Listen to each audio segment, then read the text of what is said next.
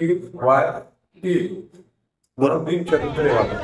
बिजली के prepaid smart meter के खिलाफ आम लोग लामबंदी करके बिजली विभाग जा रहे हैं। ये रैली किसी पार्टी के नेतृत्व में नहीं है, ये आम बिजली उपभोक्ता मिलकर रैली कर रहे हैं। हमें स्मार्ट मीटर नहीं चाहिए। हमने ये मांग की सड़कें सही करो, वो कर नहीं रहे। हम कह रहे हैं रोजगार के अवसर बढ़ाओ। और यह बड़ा अधिकारी होने की बात कर रहे हैं, छोटे अधिकारी है इनको जैसे इनके नीचे जो ऑफिसर रहते हैं वो जो बोलेगा तो गाड़ी है नहीं। ऐसे हमारे एमएसएमई के अंदर गोरा है गोरे समाज में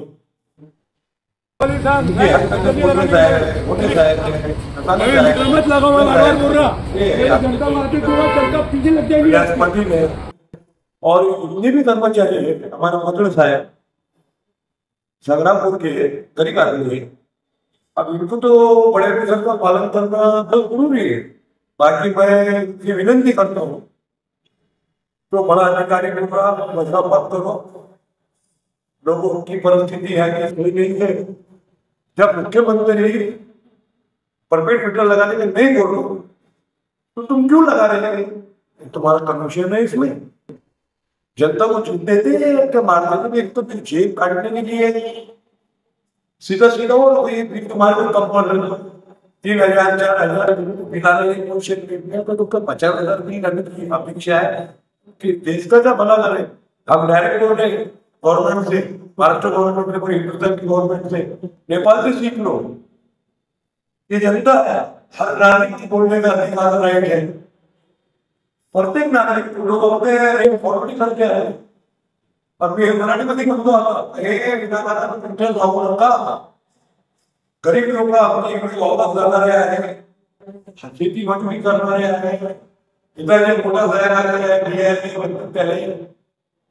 मुली समाजाचे तो यांचा युवा बडे अधिकारी मोठे अधिकारी असल्यामुळे अधिकाऱ्यांवर दबाव घालतात तुम्ही लावा। यांना त्यांचा पालन करणं योग्यच नाही। लोक आमच्याकडे हिंदी लावून राहिले तुम्ही स्वतः नेक्स्ट मी जनताला हेच सांगतो भावाचे अधिकारी आहे तरी मी त्यांना समजवतो मग पण जनता आहे जनता गोपेवारी बसवते जनता लाखाखाली चलते। नेपाळमध्ये काय आलं मी म्हणतो आपले गव्हर्नमेंट नामकरण करताना देश कसा उन्नती आपला देश कसा एज्युकेशन पुढे जाईल एकता अखंडामध्ये विजय आहे। मी इकडे तिकडे विसरू नका। मी तात्काळ सांगतो तुम्हाला शहरामध्ये लागले ना माझ्या तालुक्यामध्ये मी लागलेलं पाहिजे। अरे बंद काय आहे मागून नका मला फाती देऊन टाका सरळ चेक टाका ना आपलं मी चेक 1000 चेकवर बनवा काय बार-बार बहुते मोठे अधिकारी आहे एकाच राहिलं कोणी काही 3 तालुक्यात एकाच राहिलं त्यावेळी सरळ सांगतो मी कोणाच्या बापाची माहिती नाही रुपयात खात नाही मी एवढंच म्हणतो। आणि हे जे विकत राहायचे नाही आणि शहरामध्ये राहिले अधिकारी करत लागते मला बोलत आम्हाला परवा म्हणून थंडावी बघून झाला ते 5.5 किलोमीटर राहिलं आम्हाला जायला त्यांच्या कामावर आम्ही टाकला नाही होता आम्हाला आमच्यामध्ये क्षमता आहे नक्कीची आम्ही बोलणार आहे त्यांनी संविधान मांडलेलं आहे। आम्ही त्यांच्या चौमध्ये केले कार्यकर्ता बाळासाहेब आंबेडकर राष्ट्रीय माझी जिल्हा डिस्ट्रिक्ट बुलढाणा महाराष्ट्र हे लक्षात घ्या। वेळ येते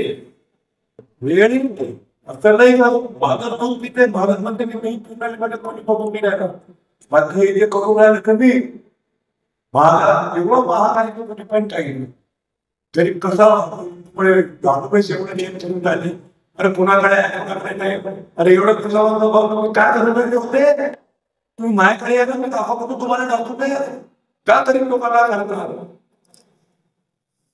ते एकाची समस्या नाही आपला काम घेत राहिले नाही का नेताला जनता करते नंतर काय झाले नाही एवढं बोलणं आहे। आता संजय विद्यार्थी आहे तुम्हाला पार्टी सुद्धा काही अपेक्षा नाही आहे. तुमच्या पार्टीच्या मध्ये काही घेणं नाहीये. तुम्ही जळगाव शहरचे नाते आहे.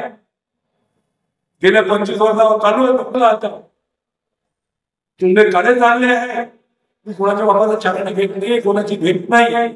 एकच सांगेल तर तुमच्यासारखा माणूस बंदीचा घेता घेत नाही भारतीय जनता पार्टीचा. तुम्ही कुठे पण निवडून देसाल, कुठेही पार्टीमध्ये गेले तुम्ही. एवढं सांगतो. जय हिंद, जय भारत.